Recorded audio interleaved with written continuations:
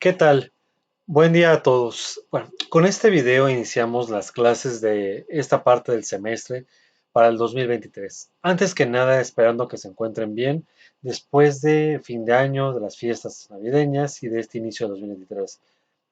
Como recordamos, en las últimas sesiones antes de irnos de vacaciones, habíamos estado comentando algunos aspectos sobresalientes respecto a la parte de la Revolución Mexicana, las consecuencias que tuvieron estos mismos aspectos y sobre todo algunos aspectos sobresalientes emanados de cada uno de los principales caudillos, personajes, afiliaciones partidistas, políticas, facciones revolucionarias y algunos otros tópicos importantes también desde la época carrancista, es decir, dejando de lado la parte de Carranza que habíamos mencionado en las últimas clases previas, pasamos al siguiente periodo.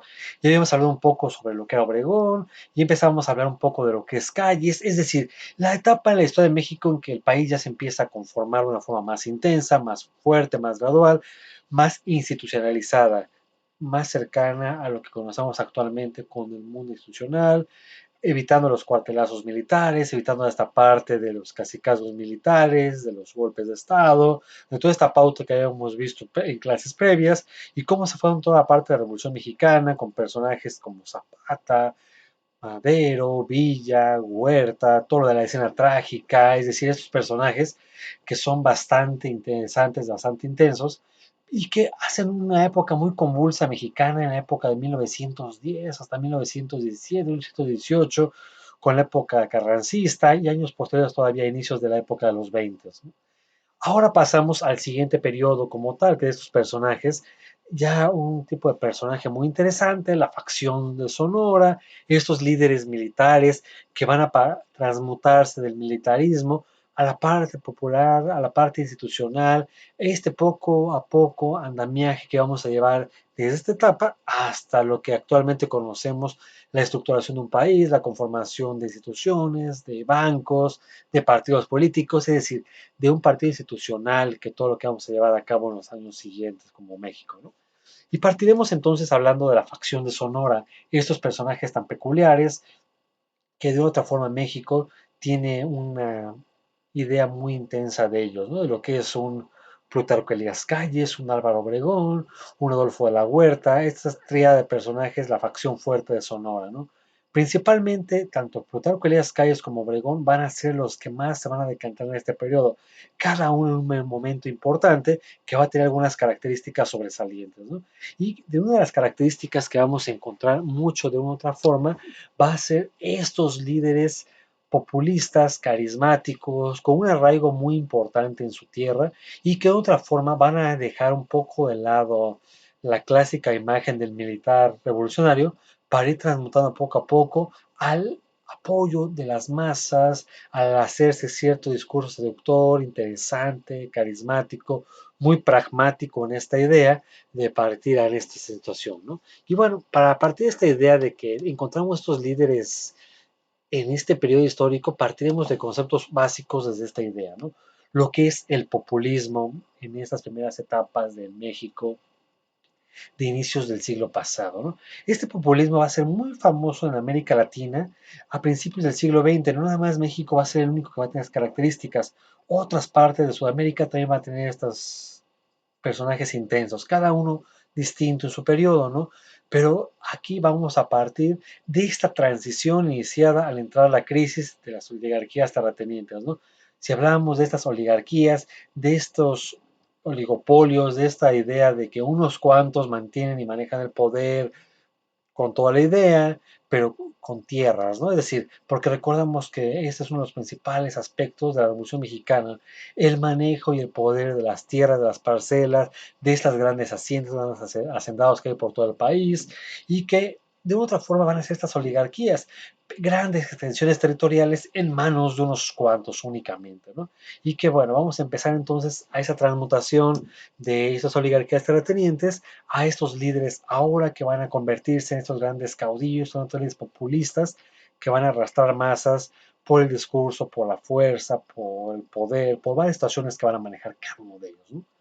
Y entonces, a raíz de esto, se necesitaban manos, o se estaba en ese momento, gente que pusiera orden a países sangrados como México en este momento, violentados, fragmentados en varias facciones, porque pasamos de un periodo muy caótico revolucionario mexicano a, desde el porfiriato que veníamos hablando previamente, un país que estaba aparentemente pacificado, a punta de sangre y fuego, esos 30 años del porfiriato, y entramos en una etapa muy convulsa, muy violenta de la Revolución Mexicana, ¿no? Donde el poder de Porfirio Díaz se escinde brutalmente, rápidamente en este momento, y empiezan a aparecer muchísimos líderes con muchísimo poder, ¿no? Encontramos un montón de planes en este momento de que, como bien mencionaba Kraus en su momento, que a veces pareciera que la historia de México es la biografía de la silla presidencial, la biografía del poder, ¿no? Parece que entendemos la historia de México sobre quién estuvo en la presidencia, quién quita a quién, por qué lo quita, cómo se da esto, es decir, y mucho de este periodo va a ser muy característico, que ya venía desde años anteriores, la conformación de estos planes y programas, ¿no? Estos pequeños documentos legales en los cuales un candidato o un partido o un presidente o un personaje o un líder militar o un caudillo, sea quien sea, o una facción, enarbola un documento escrito para desconocer como jefe de gobierno de México a tal o cual personaje, ¿no?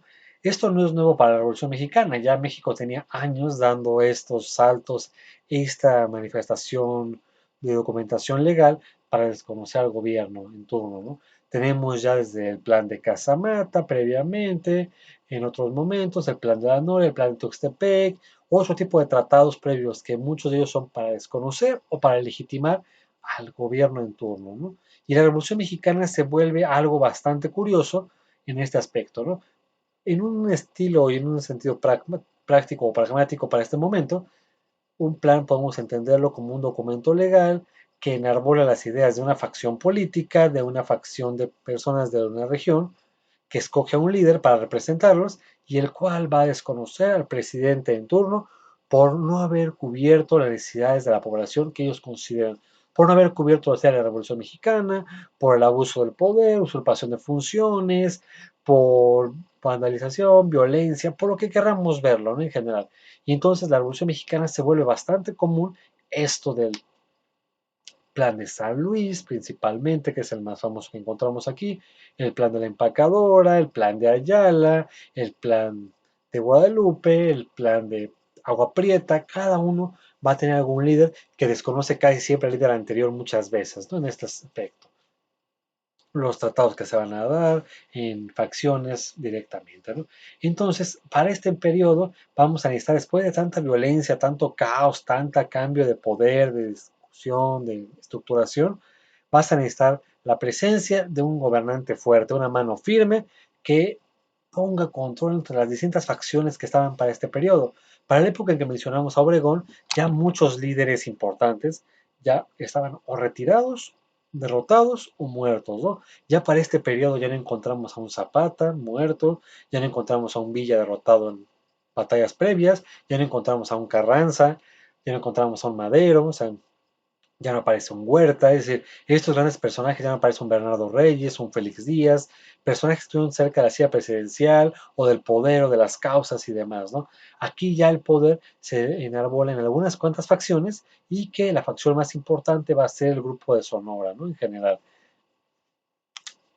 Y entonces con una mano fuerte necesitaremos algo como Obregón, que va a ser de los principales líderes que vamos a encontrar en este periodo específicamente, ¿no?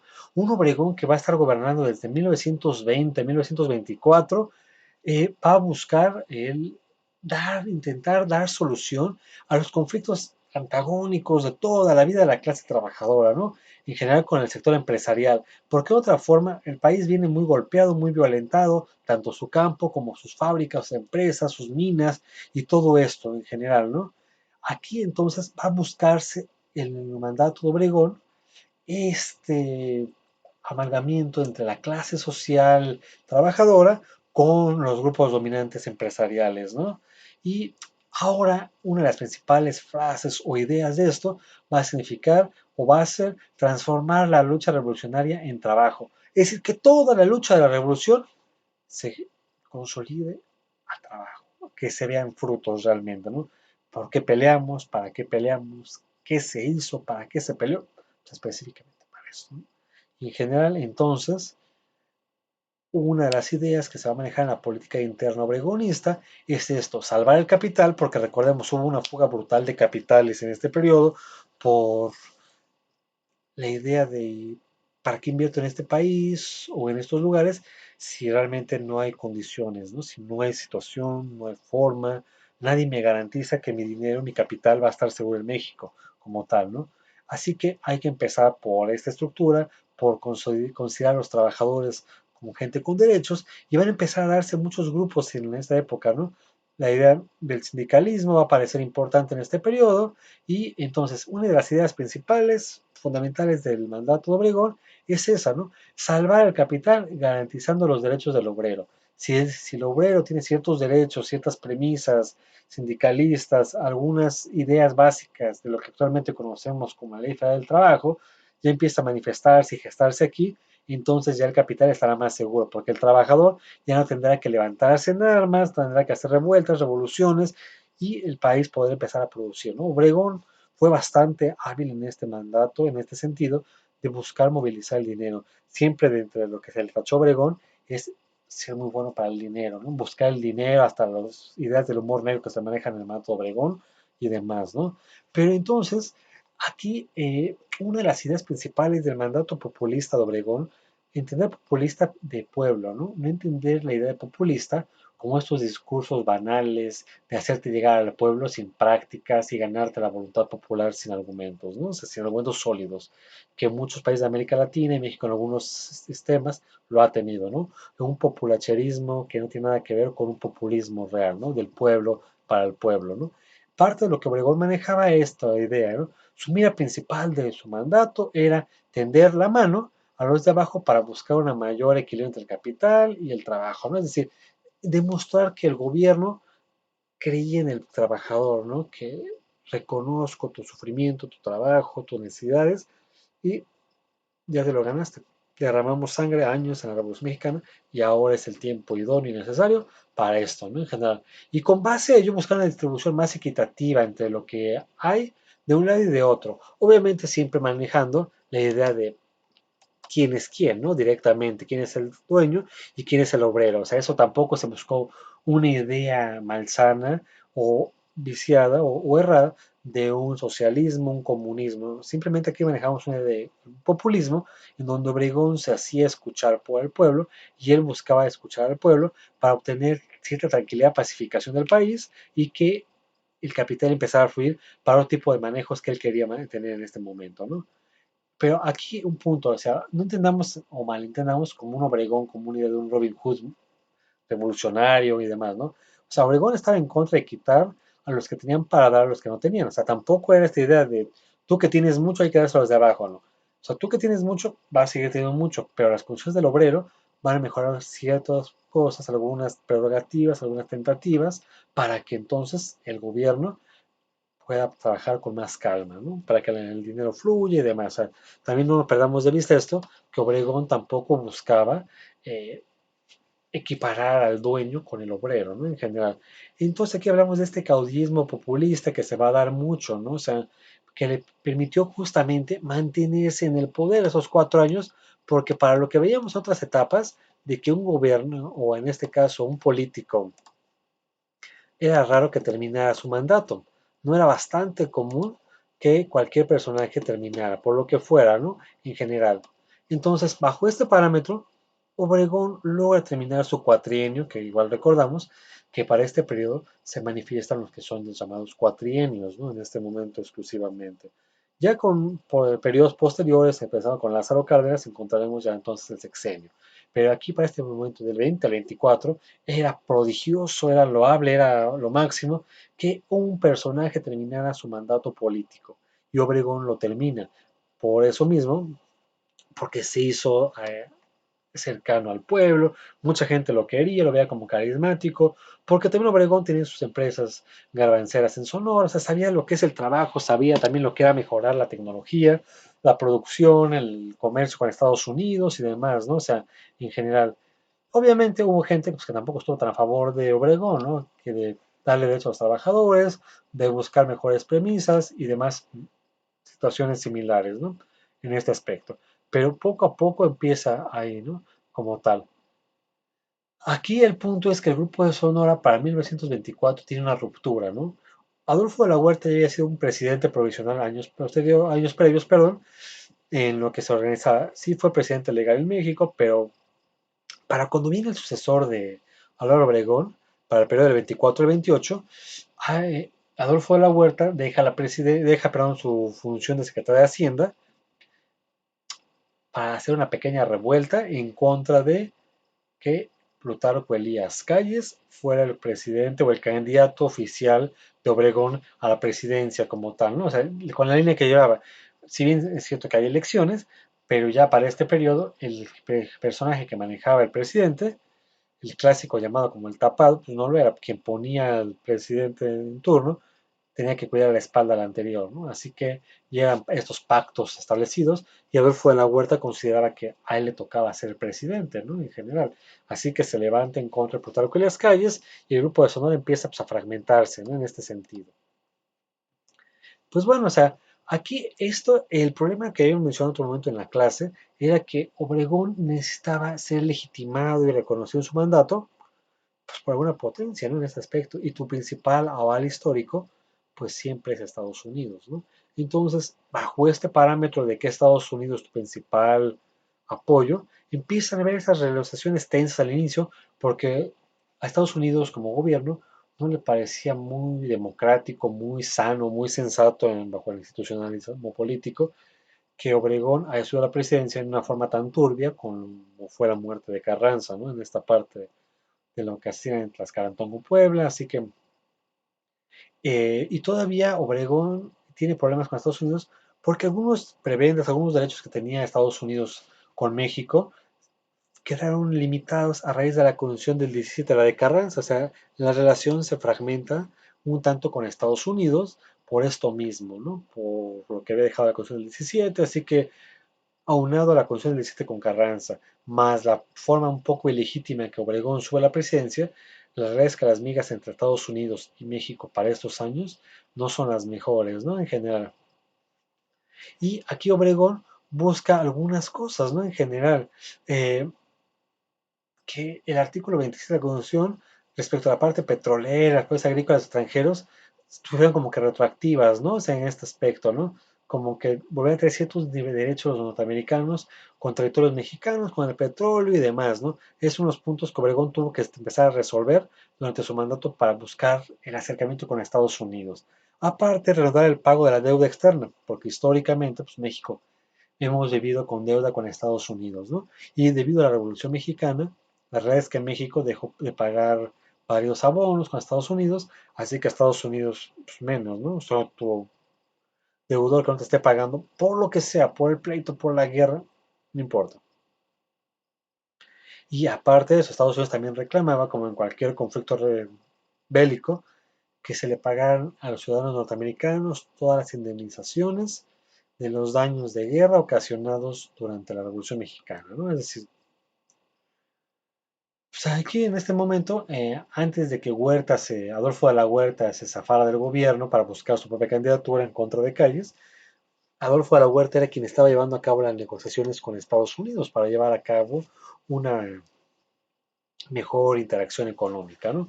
Se dan algunos tratados, un convenio que se llamaba Convenio de la Huerta-Lamont, en este caso, el presidente del Comité Bancario de Estados Unidos, para buscar amalgamar de nuevo los intereses y el capital norteamericano con respecto para México, ¿no? Aquí el punto de esto es que fue un acuerdo desventajoso para México. O sea, México tuvo que aguantarse el mal trago con Estados Unidos porque México se comprometió con este convenio de la Huerta Lamont a cubrir íntegramente el capital interés a partir del momento de suspensión. O sea, todo lo que se debía y un poquito más y demás para México tenía que pagarse, ¿no? Directamente a Estados Unidos. Entre que sí, fallos de guerra, daños, realmente había muchos vacíos económicos ahí, pero México, en el gobierno de Obregón, accede a pagar a Estados Unidos esto y más para que el gobierno del presidente en ese momento, Warren Harding, reconociera al presidente de Obregón como presidente de México legítimo, ¿no? En este aspecto. Aparte de esto, pues, en estas conferencias de Bucareli, el Tratado de Bucareli, se empiezan a dar esto, ¿no? O sea, que los norteamericanos, que sus territorios expropiados petroleros y demás, México se los pagara con bonos, ¿no? Propiedades agrícolas y demás, ¿no? Todas las prebendas de daños de guerra y demás, ¿no? O sea, es decir, ya después de que Estados Unidos logró sacarle dinero a México, reconocer la deuda de una forma más intensa, pues México ahora sí puede ser reconocido legalmente por Estados Unidos. Y si Estados Unidos te reconoce legalmente, pues ya tienes una bala hacia el extranjero de que tu gobierno es legítimo y de que ningún otro país en el extranjero empezará a criticarlo, manifestarlo, esto y demás, ¿no? O sea, en general. Ya con el gobierno entonces de Obregón empiezan a haber algunas mejorías respecto a México, porque venimos recordando de un periodo bastante negro, bastante gris en este aspecto, ¿no? México en sus finanzas empieza a organizarse fiscalmente, cobrar los impuestos, que realmente Hacienda estaba quebrada en ese momento, créditos internos, externos y demás, ¿no? O sea, en general. Y aquí otra ventaja que hace Obregón para con los banqueros, les regresa a los propietarios de los bancos incautados por Carranza. En la época de Carranza muchos bancos son absorbidos o incautados por el gobierno y los banqueros dueños se quedan sin nada y hay un conflicto muy intenso con el carrancismo, con los banqueros y demás. Obregón en esta idea les regresa estos bancos incautados a los banqueros para empezar otra vez a circular la economía y a empezar a quedar en paz con las familias poderosas que había en México, ¿no? En general. Y, y empieza a manejarse estas monedas de oro como centenarios de 50 pesos, que en el momento que se manejaba, y algunos de plata, ¿no? Las victorias propiamente. Porque aquí el punto de esto empieza a darse un peso a la moneda en oro y plata, ¿no? Y empiezan a destruirse todos los billetes hechos por Carranza, ¿no? Porque también, si recordamos en la Revolución Mexicana, casi cada grupito hacía sus propios billetes, las sábanas villistas, o sea, billetes que cada grupo hacía, vale por 50 pesos villistas, ¿no? Es un decir, por la parte de tal facción. Realmente eran papeles con dibujos, pero no valían absolutamente nada, pero era la moneda constante y corriente de muchas partes del país que ellos le daban valor, ¿no? Así que empieza a destruirse toda esta parte de papelería, de billetes, papel moneda sin valor, y ya empieza a darse una finanza un poco más sobria, más intensa respecto a esto, ¿no? En general.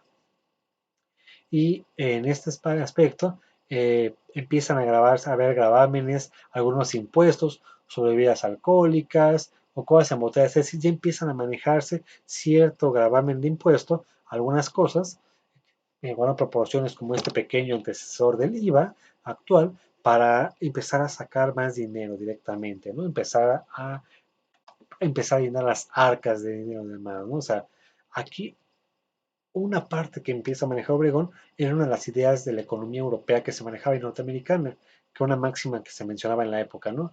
Un país es tan poderoso como lo sea su campo. Es decir, si tu campo es fuerte, tu país estará bien, ¿no? Actualmente ya muchos países no lo manejan tanto, ya manejan la tecnología, pero para la época en que estamos, era una máxima mundial. Si tu campo es fuerte, tu economía lo será, ¿no? Y entonces Obregón considera que para la reconstrucción del país se necesita eso específicamente, ¿no? El campo empieza a trabajar y demás otra vez, ¿no? Y empieza a darse otra vez la pequeña propiedad agrícola y demás esta parte, ¿no?